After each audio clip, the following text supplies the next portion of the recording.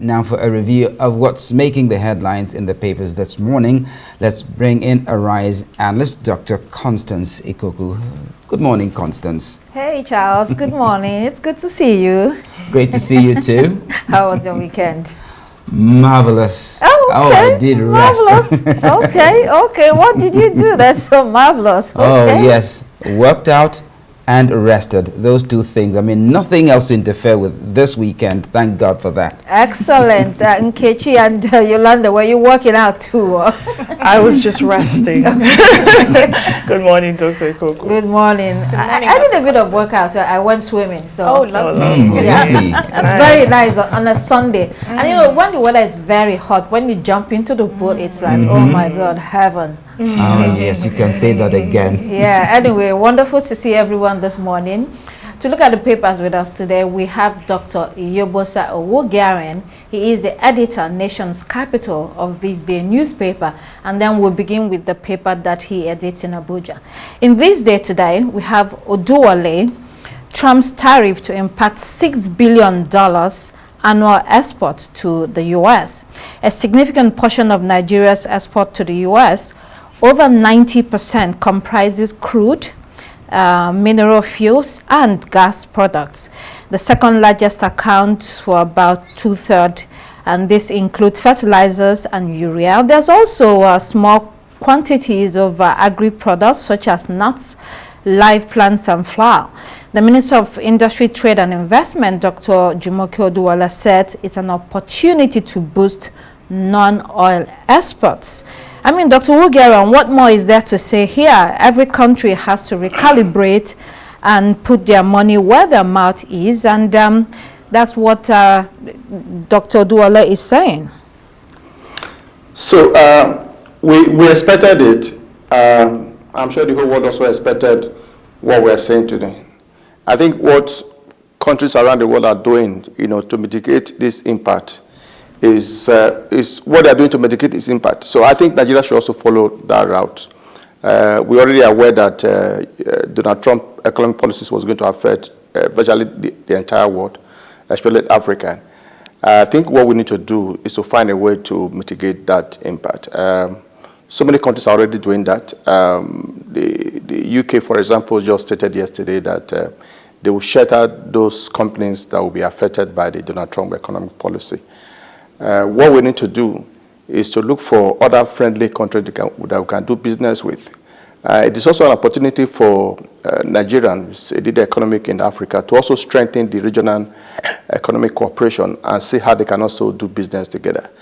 I'm sure at the end of the day, Nigeria will survive it. As a matter of fact, what is the percentage of non-oil export that we export to US? Is just about 1 or 2%. The major export product is the mineral resources. I'm sure Nigeria will survive it. We need to be proactive, find another friendly country that we can do business with, rather than bogged down by the US. All right, it's time to produce more rather than just exporting minerals. On to Daily Independent. Despite economic headwinds, travel tourism boom in Nigeria, a weak naira responsible for a dirty December, according to experts. We're supposed to be delighted about this story, actually, because it's talking about dirty December in Nigeria specifically, and how there's a surge of visitors, especially from the diaspora during Christmas, and how Lagos is making so much money from it. At the same time, residents are complaining that the price of everything goes through the roof, while these visitors are, taking advantage of the low exchange rate, naira to the dollar. And so locals have to battle with this because at the same time, they are still using the naira and their purchasing power is very little. Charles, how do we manage this? It's a case of the government or the economy benefiting from an event while the Nigerians, the ordinary Nigerians, are on the losing side. I mean, this is one of the ironies of the Nigerian economic system, unfortunately. Dirty December was so packaged in such a way that Nigerians in diaspora were so very enthusiastic about it. Of course, they came in with their dollars to spend. Well, for those who had their products to sell, I think they smiled their way to the bank. But for the generality of the populace, unfortunately, they had to still use the naira to purchase. And you know, when you have a competing currency in the system, it weakens the naira and the purchasing power of the indigenous Nigerian. And so that's where the irony lay. Nigerians versus Nigerians, those with dollars, those with naira, and we in the country were the ones on the losing side. I mean, I think we have to work around this economic conundrum, so to say, so that even though you have the inflows from abroad, there has to be a corresponding positive impact on the local consumers as well. Right. I mean, it's not only Nigerians from the diaspora visiting these days. The word has gotten out. You also have a lot of foreigners coming in for Dirty December. Absolutely. And I think there's going to be more in the years to come. Let's look at Daily Trust. Take It Back movement insists on protests, demands reversal of emergency rule in Rivers. Apart from the emergency rule in Rivers, demonstrators are protesting against human rights abuses, misuse of the Cybercrime Act, and authoritarianism of the Tinubu government. The police has warned against the protest. I mean, Nkechi, mass protest is a legitimate tool that is expected to be a pathway to systematic change, but a lot of times it has failed in Nigeria. So, for instance, even the end bad governance ended not turning out what it was supposed to be. So, I don't know about this one. I mean, I don't know if the end bad governance protest, if I would say it failed, because after that we had President Bola Tinubu giving a speech and basically just sort of responding to say, look, I hear your concerns, we're taking that into consideration. However, a couple months have passed, 7, 8 months, and people are still concerned about the same things. Now we have the Take It Back movement. But what makes it even more dramatic is that today, April 7th, that their plan for the protest is a National Police Day. Yes. And so the IGP is saying, look, maybe shelve the protest while we celebrate the police. And he, in the statement, he says it's ill-conceived and mischievous. Again, the police is supposed to protect citizens while they protest. So we'll see how that pans out. So on our way to work today, I think Charles and I were discussing it. We had seen blockades around the Federal Capital Territory, Abuja, in preparation for, I guess, National Police Day, or in preparation for the protesters. We will have to find out.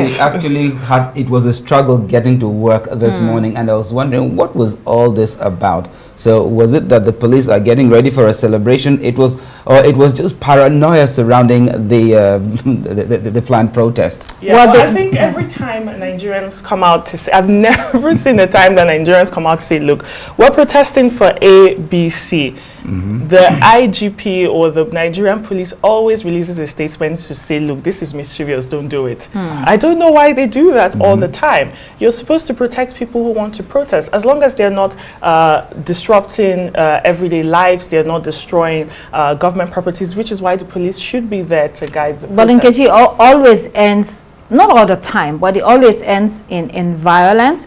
And I think it's time also for us to think about why mass protests don't bring about the significant change that we need.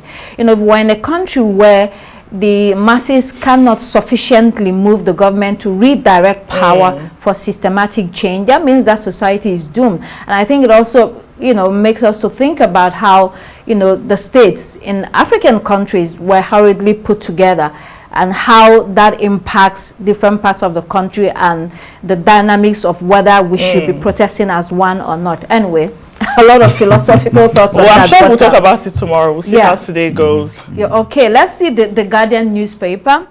Plateau killings, enough is enough, says FG amid calls for emergency rule. We also have that story in Daily Sun. Outrage spreads over Plateau killings, and we also have it in the Vanguard newspaper, which has a more interesting headline, or a different headline to say. Here in the Vanguard, it says Mutfwang, Plateau attacks genocidal. I mean, brutal in Plateau State for so many communities where, you know, there was a lot of destruction, killings, and this has been going on for years. And I want to bring you in here, Yolanda, for the governor of Plateau State, Caleb Mutfwang, to use that word genocidal. I think a lot of people will not quarrel with it because this has been going on for many years. Yes, genocidal is a very heavy word, yes, but I think it is very apt in this instance, because this has, like you said, Dr. Constance, this has been going on for such a long time, and I think, you know, enough truly is enough. Where does the bloodshed stop? You know, we had the 16 in Uromi that were killed, and action was taken. People spoke out and condemned it, but what is being done and in they places were arrested like, yes, action was taken with that, but in Plateau I don't see much happening. And for as long as I know, for the time that I've been in Nigeria, I've seen that there's always been this uprising, this, you know, sorry, what is it called? Farmers, herdsmen, you know, having these attacks on civilians and on people's land. And I don't know what to think of it, but genocidal truly is the right word for it. And I think the right action needs to be taken. It's about time. And I think that's why you have all these vigilante groups popping up across the country, because people are we have to defend ourselves. That's right. Although sometimes it leads to, you know, the jungle justice, but you know, this is the country. There's a reason. Circumstances have produced this kind of problem that we have in the country. Let's quickly see Abuja Enquirer. Abuja Enquirer this morning, how military generals paid ransom to secure Saigo's release. This report says the military top brass, including government officials and generals, donated money to get Brigadier General Maharazu Saigo, former Director General of the NYSC, released after 56 days in captivity. Dr. Wogare, the authorities never admit to paying ransom, but we know that ransom is paid every day in this country, which is fueling crime. And I mean, it's a business boom, kidnapping. You see, where generals now start contributing money, you know, to release their colleagues from kidnap, then we have a problem in this country. You know, initially the security agencies were trying to take credit for the release of the general, until a press statement was, or a statement was released, you know, thanking those who made contribution towards the release of the general. It was at that point that we got to know that money was actually paid to release him. And we're told that not just air servicemen, even including service general, contributed money to that effect. I think for me it is very embarrassing. It clearly states the way we are in this country, where security is becoming a major issue, where it is becoming clear that the security agencies can no longer guarantee our security in this country.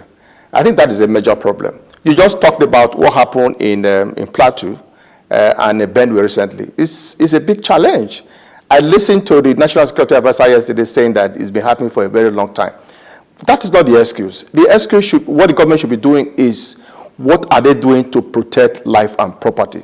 The business of government is not just constructing road or bridge. It's about protecting the lives and property of Nigerians. And once we can no longer do that, then we have a major challenge. I think that is the problem we're having in Nigeria. The federal government, the security agencies must step up their game, you know, in such a way that Nigeria will feel secure in living in their own country. If we cannot protect ourselves, then there should be also an alternative for us to begin to find out how we can also protect ourselves. Because unless we do that, what happened recently in Oromi, in Edo State, will keep on happening. Because there's this increasing fear that the government can no longer protect them, and they must protect themselves by all means necessary. Just to tie into what Dr. William just said, this also ties into the conversation with Plateau, where you were saying, look, this is why we're having vigilantes everywhere, because what this tells us is that Nigerians no longer trust the state to protect them. If you're having someone of this magnitude in Nigeria being kidnapped and having his colleagues and friends coming together to say, okay, look, we have to donate this much millions for the kidnappers, imagine an ordinary Nigerian who does not have people with deep pockets to come to their rescue. And this, again, is not regulated. So when citizens take justice into their own hands, who's going to regulate it? So it's just so complex, this issue. Indeed. I'm very curious about the abductors of General Chiga. Who are they? Who are they working for? Of course, the competence of our military or security service cannot be doubted. I mean, they've proven their capability in international operations. But it's the intelligence aspect of it that I kind of question. How come we cannot get to the bottom of major high-profile abductions in northern Nigeria? And there's a particular bandit called Bello Turuji, and he seems to be running wild all over the place. No one has been able to pinpoint where he is at any particular time to, to apprehend him. I call to question the capability and competence of our intelligence services. Let's move quickly to the international headlines. Daily Graphic, fake gold currency bust.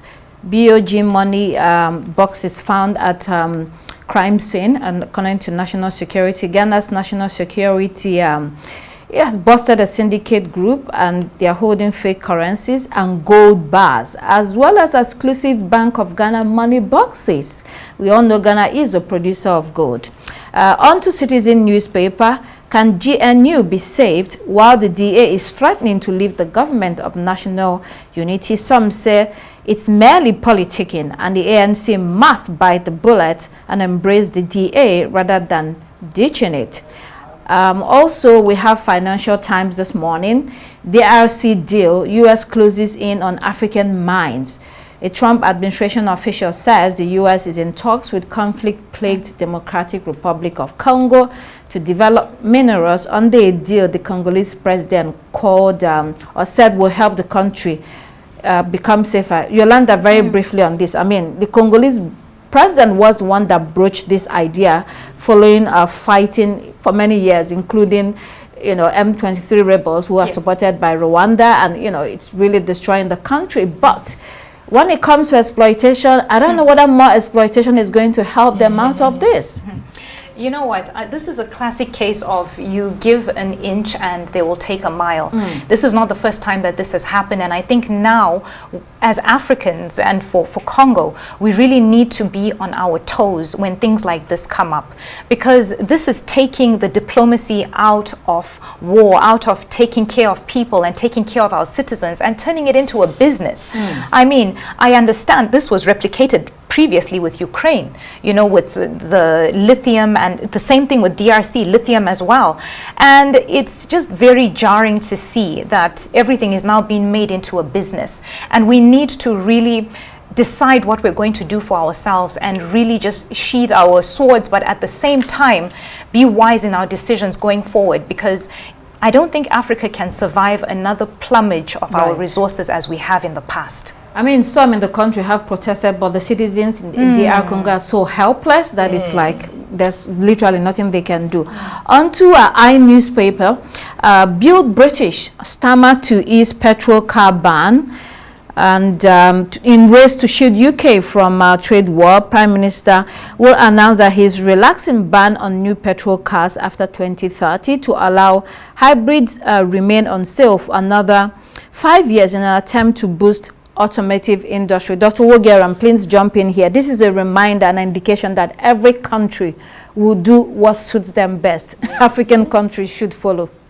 Yeah, I just talked about it about a few minutes ago, and that countries around the world are being proactive, finding ways to mitigate Donald Trump's economic policy, and this is just one of them.